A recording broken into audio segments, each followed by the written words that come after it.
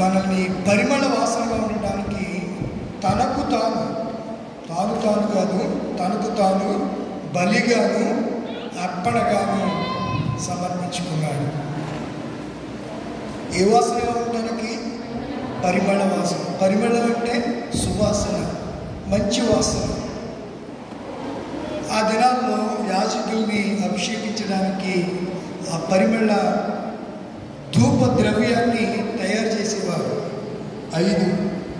ఐదు మేళవిప్పులు, 5 రకాలు, లవంగ పట్టు, అలాగే దాల్చిన చెక్క, ఇక మొత్తం 5 ఉన్నాయి. లేవికాండ 19వ అధ్యాయంలో అది ఎలా తయారు చేయాలో, పరిమళ ద్రవ్యాన్ని సువాసన భరితంగా ఎలా తయారు చేయాలో అక్కడ రాయబడింది. ఇప్పుడు యేసు ప్రభు వారు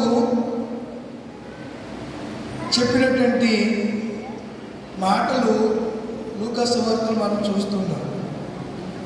కొంతమంది దెయ్యాలు నిలబడుతున్నారంట. ఇప్పుడు భూమి మీద ఎవరి రాజ్యం నడుస్తుందని చెప్పండి? సాతాను రాజ్యం. సాతాను రాజ్యంలో ఏ రాజ్యం ఉంది? దేవుని రాజ్యం ఉంది. దేవుని రాజ్యం సంఘం. లోకంలో ఉన్న సంఘమే దేవుని రాజ్యం. ఇప్పుడు దేవుని రాజ్యం లేని ఊరు ఎక్కడైనా ఉంది? అసలు ప్రపంచంలో సంఘం లేని ప్రాంతం ఏదైనా ఉందా? ప్రతి చిన్న ఊరిలో 2-3 కంపల్సరిగా దేవుని ఎరిగిన వారు ఉంటారు. దేవుని ఎరిగిన వారు అందరూ కూడా దేవుని రాజ్యంలో ఉన్నట్టే. సాతాను రాజ్యము భూమి మీద ఉంది. ఆ భూమి మీదే దేవుని రాజ్యం కూడా ఉంది. అదే సార్వత్రిక క్రైస్తవ సంఘం. సంఘములో ఉన్న మనమందరం కూడా ఏ రాజ్యంలో ఉన్నట్టు చెప్పండిరా? దేవుని రాజ్యంలో ఉన్నాం. పరలోక రాజ్యం సమీపించింది. మారు మనసు పొంది సువార్త నమ్మండి. పరలోక రాజ్యంలో ప్రవేశించాలంటే, ఈ దేవుని రాజ్యం అనే ఈ సంఘంలో మనం ఉండాలంటే మనకేం కావాలి? మారు మనసు కావాలి. మారు మనసు పొందిన వారందరూ కూడా ఏ రాజ్యంలోకి వెళ్తారు? పరలోక రాజ్యంలోనికి వెళ్తారు. హెబ్రీ రాసిన పత్రిక 9వ అధ్యాయము 1వ వచనం ప్రారంభం. త్వరగా చదవాలి అమ్మా. మొదటి నిబంధనకైతే సేవా నియమములను ఉండెను. ఎలాగనగా ఏంటమ్మా? అందులో దీపస్తంభమును బల్లయు దాని మీద ఉంచబడిన రొట్టెలను ఉండెను. దానికి పరిశుద్ధ స్థలమని పేరు. చాలండి. మీరు అధ్యాయము 9వ అధ్యాయం 10వ అధ్యాయము అర్జెంట్ ఇంటికి వెళ్ళిన తర్వాత చదివేయండి. ఇంటికి వెళ్ళిన తర్వాత చదివేయండి. ఇప్పుడు అది అతి పరిశుద్ధ స్థలం కదా, ఇది పరిశుద్ధ స్థలం. ఇక్కడ 70 అడుగులు పొడవైనటువంటి ఏముండేది? తెర ఉండేది. అది ఎప్పుడు చిరిగిపోయింది? తండ్రి నా ఆత్మను నీకు అప్పగించుచున్నానని చెప్పగానే యెరూషలేములో ఉన్నటువంటి దేవాలయం తెర ఏమని చెప్పండి? చిరిగిపోయింది. ఇప్పుడు పరిశుద్ధ స్థలం బాహాటంగా కనిపించింది. అంతవరకు ఆ అతి పరిశుద్ధ స్థలంలోనికి ఎవరు వెళ్ళలేదు. యాజకుడైనా సంవత్సరానికి ఒకసారి మాత్రమే ఎక్కడికి వచ్చేవాడు? ఇది పరిశుద్ధ స్థలం, అది అతి పరిశుద్ధ స్థలం. దీని దగ్గరికి వచ్చేవాడు. మిగతా అన్ని రోజులు కూడా యాజకుడు కూడా ఎక్కడ ఉండేవాడు?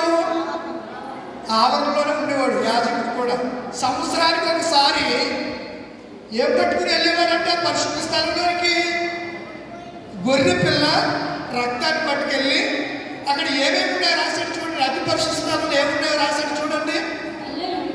బల్లయు, దీపస్తంభము, దానికి పరిశుద్ధ స్థలమని పేరు. రెండవ తెరకు అవల పరిశుద్ధ స్థలం. అక్కడ బల్ల, దీపవృక్షం, తర్వాత మందసం ఇవన్నీ కూడా ఎక్కడున్నాయి? కెరేపులు ఇవన్నీ కూడా పరిశుద్ధ స్థలంలో ఉన్నాయి. ఏ స్థలం? అతి పరిశుద్ధ స్థలంలో కాదు, పరిశుద్ధ స్థలంలోనికి. ఇప్పుడు యాజకుడు సంవత్సరానికి ఒకసారి ఎక్కడికి వెళ్ళేవాడు? పరిశుద్ధ స్థలంలోనికి వెళ్ళేవాడు. అతి పరిశుద్ధ స్థలానికి కాదు అతను వెళ్ళింది. అయితే ఇప్పుడు మనం అందరం ఇప్పుడు అక్కడికి వెళ్ళొచ్చు అనకూడదా? మీ డౌట్ ఏంటి చెప్పండి. వెళ్ళొచ్చి వెళ్ళకూడదా? వెళ్ళకూడదా? అలాగని రాసింది అక్కడ బైబిల్లో. తెర చిరిగిపోతే వెళ్ళాలనే కదా క్రీస్తు తన్ను తాను బలిగాను అర్పణగా ఎందుకు అర్పించుకున్నాడు? మనమందరము పరిశుద్ధ స్థలములో ప్రవేశించాలని. మనం అందరూ ఎక్కడ ప్రవేశించాలి? పరిశుద్ధ స్థలంలో. పరిశుద్ధ స్థలంలోనికి అతి పరిశుద్ధ స్థలంలో అక్కడ క్లియర్గా రాయిసి ఉంది. మీరు చదవండి, కిందకి చదవండి, ముగించేస్తున్నాను.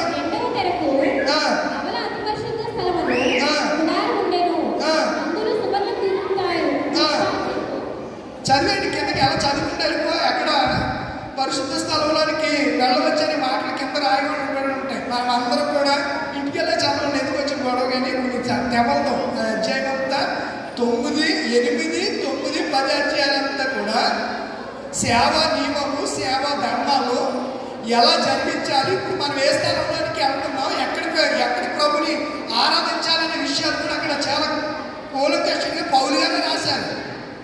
ఆ పత్రిక రాసిందే అపోస్తలుడైన పౌలు గారు. చాలా శ్రేష్టమైన సంగతులు. ఇప్పుడు తెర చిరిగిపడింది. ఇప్పుడు మనం ఎక్కడికి వెళ్ళొచ్చు? పరిశుద్ధ స్థలం మీద అతి పరిశుద్ధ స్థలంలో ప్రవేశించవచ్చు. క్రీస్తు రక్తం చేత మనం ఏం చేయబడ్డాం? శుద్ధి చేయబడ్డాం, కడగబడ్డాం. అందుకే మనం పాడుతాం కదా, ఇమ్మానుయేలు రక్తము ఇంపైన యూటాయు ఓ పాపి అందు ముందుము పాపంబు పోవును యేసుండు నీకు ఆరుగా ఆశీర్వదించావను శ్రీ యేసు రక్తమెప్పుడు స్రవించు నీకుగా. ఇమ్మానుయేలుని యేసు రక్తము, క్రీస్తు రక్తం మన కొరకు అంతకుముందు సంవత్సరానికి ఒకసారి ఇదంతా కప్పు చేసేసేవారు. రక్తం ప్రోక్షిస్తే ఇక్కడ రక్తం ఏ వాసన వస్తుంది? సువాసన వస్తుందా? ఏమండి, బ్లడ్, మనిషి రక్తం ఎంత వాసన తెలుసా మీకు? అసలు నీసుకొప్పు భయంకరమైన వాసన వస్తుంది. బ్లడ్ చదువుకున్న వాళ్ళు తెలుసు కదా. అలా అక్కడ ప్రోక్షిస్తే ఏమవుతుంది? ఏమొస్తుంది చెప్పండి? స్మెల్ వస్తుంది. ఇంకొప్పుడు ఆ బలులంటే ఆగిపోయింది. క్రీస్తే మన కొరకు పస్కా పశువుగా వధించబడ్డాడు. మనందరం పరిశుద్ధ స్థలంలోకి వెళ్ళాలి, వెళ్ళండి అనే అక్కడ బైబిల్లో రాయబడింది. ఏ మాత్రం సందేహం లేదు. కనుక మనమందరం కూడా క్రీస్తు యొక్క సిలువ రక్తాన్ని, సిలువను ఆశ్రయిస్తున్న మనము క్రీస్తు రాజ్యాన్ని స్వతంత్రించుకోవాలంటే దేవుని వాక్యమును గైకొనాలి. అందుకే సమాజంలో ఉన్న స్త్రీ అంది, సైన్యములు సన్నములు లేకపోతే పాలిచ్చే వాటిని సైన్యములు అంటారు. ఆ గుడిచినటువంటి సైన్యములు ధన్యమైన అంటే యేసయ్య ఏమన్నాడు తెలుసా? అవును కానీ దేవుని వాక్యం విని గైకుని వారు మరి ధన్యులని వారితో చెప్పాను. అప్పుడు సమాజంలో వారు ఆయన మాటలకు ఆశ్చర్యపడి. అంటే దేవుడి వాక్యాన్ని మనం ఏం చేయాలంటే అనుసరించాలి, అవలంబించాలి. అట్టి కృపదేవుడు అందరికీ అనుగ్రహించిన కాక ఆమె దేశ పడండి. సమస్త జ్ఞానం ఇచ్చిన దేవుని సమాధానం.